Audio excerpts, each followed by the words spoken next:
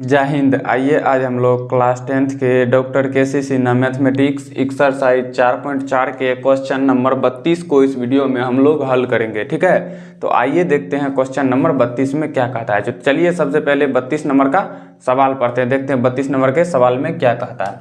सवाल पढ़ेंगे, सवाल समझेंगे, उनके बाद सवाल को हल करेंगे। ठीक है, चलिए सवाल पढ़िए। क्या निम्न स्थिति संभव है, ये पूछ रहा है। यहाँ फुल स्टॉप होगा, यानी क्वेश्चन मार्क होगा, फुल स्टॉप नहीं होगा। ये बोल रहा है क्या निम्न स्थिति संभव है, यानी जो ज्ञात करने के लिए बोल रहा है वो संभव है या नहीं है। चलिए हम लोग देखते हैं कि नहीं है। तो अगर संभव है तो उनकी वर्तमान उम्र बताइए। उनकी किनकी, तो एक माँ और उसके बेटे के उम्र का योग 20 है। एक माँ और उसके बेटे के उम्र का योग जो है वो 20 वर्ष है। यहाँ पे 20 वर्ष होगा, ओनली 20 नहीं होगा। ठीक है, यहाँ पे लिख दीजिए योग जो है 20 है। दोनों का सॉरी योग 20 है, योग 20 है। 4 वर्ष पहले, यानी 4 वर्ष पहले उनकी उम्र का गुणनफल 48 था। उनकी उम्र का गुणनफल यानी उन दोनों को उम्र को गुना करेंगे तो 48 था। ठीक है, तो चलिए हम लोग गुना करते हैं, सॉरी गुना नहीं करते हैं, हल करते हैं। चलिए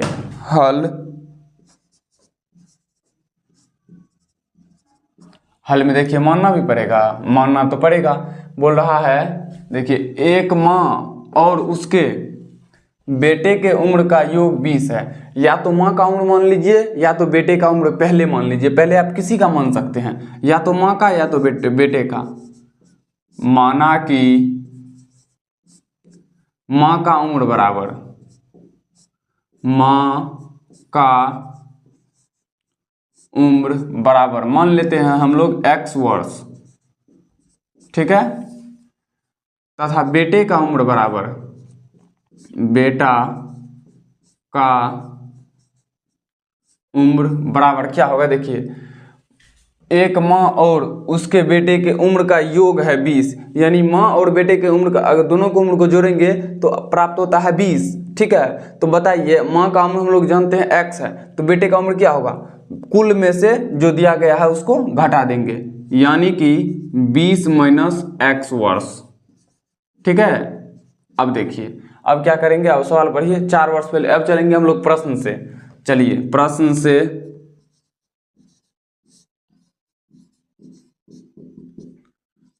से क्या बोल रहा है, 4 वर्ष पहले। तो चलिए हम लोग चलते हैं 4 वर्ष पहले। 4 वर्ष पहले यानी आप लोग माँ की उम्र से भी 4 वर्ष घटा दीजिए तो 4 वर्ष पीछे चल जाएगा। बेटे की उम्र में से भी 4 वर्ष घटा दीजिए तो 4 वर्ष वो भी पीछे चल जाएगा। तो इन दोनों का गुणनफल है 48। क्या है, तो देखिए 4 वर्ष घटाइए तो x माइनस 4। ठीक है, ये हो गया माँ का उम्र गुना बेटा का उम्र क्या होगा 20 माइनस x है। इनमें से हम लोग 4 वर्ष घटाएंगे तो -4 करेंगे तो बराबर कितना प्राप्त होता है। बराबर देखिए यहाँ पे है 48। गुणनफल कितना है 48, तो यहाँ पे दे दीजिए 48। ठीक है, तो चलिए इनको हल करते हैं। देखिए x माइनस 4 इंटू 20 में से 4 जाएगा, भिन्न चिन्ह तो घट जाएगा, चिन्ह बड़का का 20 में से 4 को घटाइए तो हो जाएगा 16। कितना हो जाएगा 16 माइनस x बराबर 48। देखिए अब गुना करिए, x गुना 16 16x, x गुना माइनस x स्क्वायर, और -4 से -16, -4 से +16 गुना करेंगे तो 16 गुना 4 64, माइनस प्लस माइनस ही होगा, माइनस माइनस प्लस 4 गुना x तो 4x बराबर में 48। ये 48 है।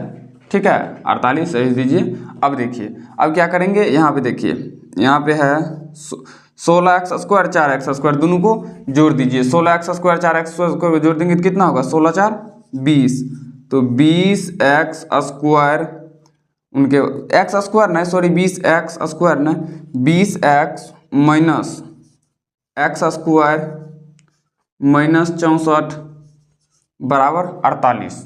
ठीक है, अब देखिए 48 को बराबर किस साइड ले आइए, 20x माइनस में x स्क्वायर माइनस 64 माइनस 48। क्यों माइनस 48, बराबर के उस साइड है प्लस में, तो बराबर के उस साइड आ जाएगा, इस साइड क्या में आएगा माइनस में आएगा। 64 को सही करते हैं पहले, इस साइड प्लस में है, इस साइड आया तो माइनस में, बराबर क्या हो जाएगा, नहीं पूछो तो 0।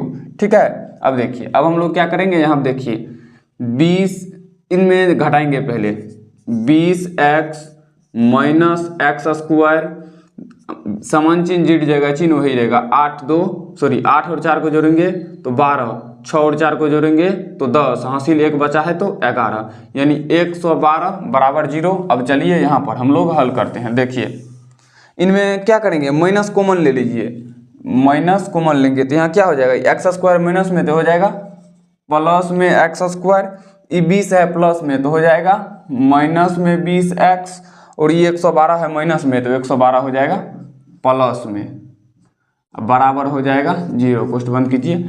अब देखिए अब क्या करेंगे, माइनस को बराबर के उस साइड भेजेंगे तो 0 में माइनस तो लगता नहीं, 0 कभी भी ऋणात्मक होता नहीं, तो हो जाएगा वो 0 ही। ठीक है, तो अब देखिए बचेगा क्या, x square minus 20x plus में 112 बराबर 0।